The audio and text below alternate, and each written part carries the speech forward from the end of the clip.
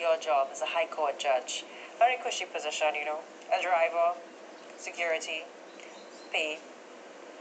The perks of a stable job to enter the political arena.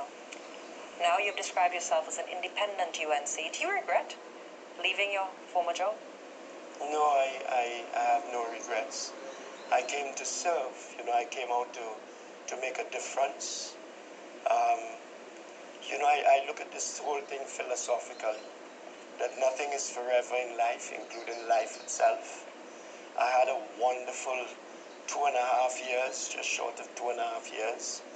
I think that my greatest experience was leading a ministry, creating virtually from scratch, leading it, putting it on a sound footing.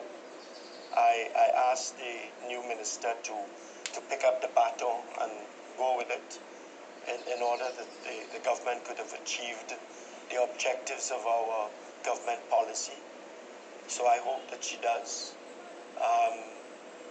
And then I am right now down from the 21st level to the ground level.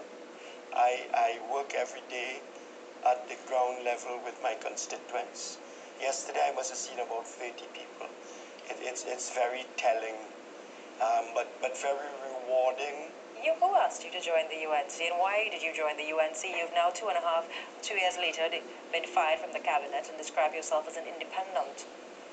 What exactly? Well, I am independent of the People's Partnership whip in the Parliament, but I am loyal to the UNC. I don't think that I have spoken anything against my great party. Do you have any regrets joining the UNC?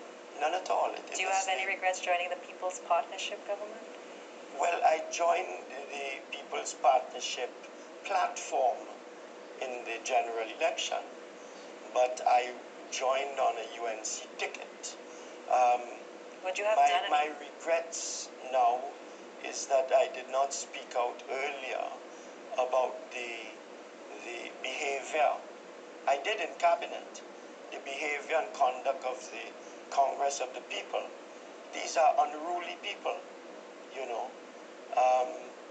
And it is just a matter of time, I predict.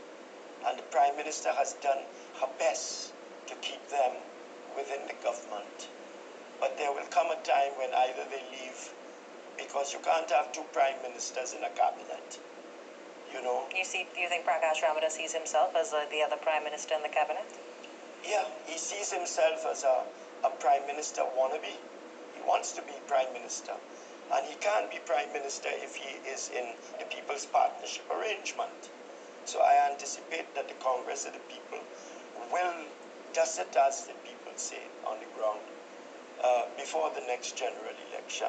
What was your cabinet experience like? You know, Verna St. Rose Gray is also one who is no longer in the cabinet. She had some very unflattering remarks about the Prime Minister the other day on set.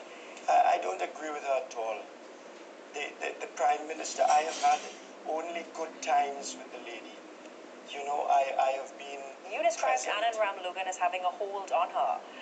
In one of your Facebook posts, you actually spoke of the fact that he seems to be the sacred cow of being protected. Do you still maintain that view? He is a very important part of the cabinet arrangement. The Prime Minister relies upon him a lot. He has a good constitutional mind, but I think that the Prime Minister should not rely on him as much for the politics, because I'm not sure that she gets good political advice from him. But he's a good person. The cabinet is a good cabinet, you know. But the government is getting a lot of licks, though. Ever since we came into government, we have not been given any breathing space, and the population has now to give the government, the Prime Minister, to cut a little space now to allow for delivery. Do you feel betrayed by the Prime Minister? This issue, many say, would have toppled the government, and that somebody had to pay the price, and that somebody is you. Well, as I say, I take full responsibility because the whole matter came from my ministry. I understand the constitutional arrangements the Westminster arrangements and the conventions. I offered my resignation to the Prime Minister in a private meeting with Mr. Warner present. She didn't go that way, unfortunately. I think that was an error. And, I don't think that the country will be the better for my dismissal. 10 seconds, your closing comment. So much has happened, Mr. Volney. I think that the country must give the government a chance, cut the government some space to deliver. With this Section 34 issue, were any laws broken? Do you think the government has lost the credibility in the eyes of the people?